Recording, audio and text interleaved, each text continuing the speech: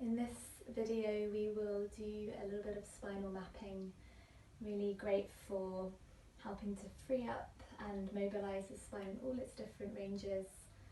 So this is a healthy thing to do once a day if you have the ability.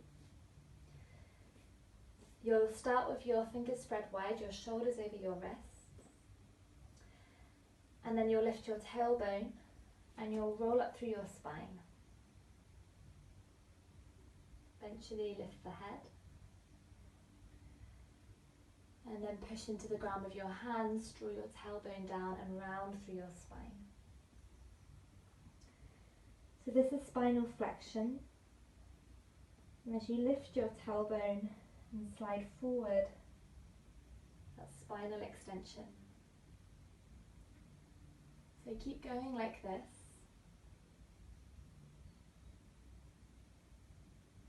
Choose which way you want to breathe and start to bring your breath and movement together.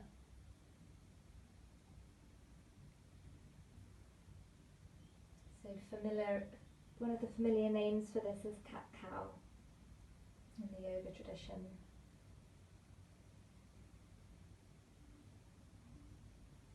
There is a tendency for people to move fairly quickly through this, like this. So see if you can you really allow the movement to come from your tailbone and feel each vertebrae one at a time rippling up. And the same thing on the way down, so leading with your tailbone, finding integrity through your movement as you consciously roll up through your back.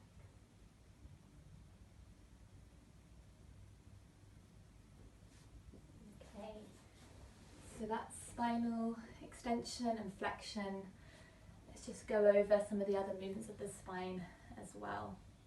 So side bending, lateral flexion, and take your rib cage to move, your spine moving over to the side, and then your arm comes alongside your face. You can do that on both sides. I quite like to feel my rib cage, sense that's where I'm moving from, and then come up.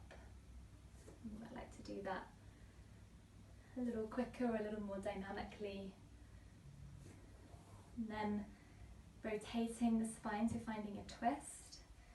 The part of your spine that's most designed for twisting is the middle of your spine. All of those vertebrae attached through to your rib cage. If you start to rotate from that point with your hands to your ribs, that will bring in some more fluid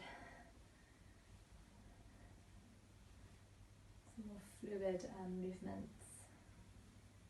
I can already sense just from doing this in the late afternoon that a lot of the energy in my body is starting to kind of balance out a little bit as I do this.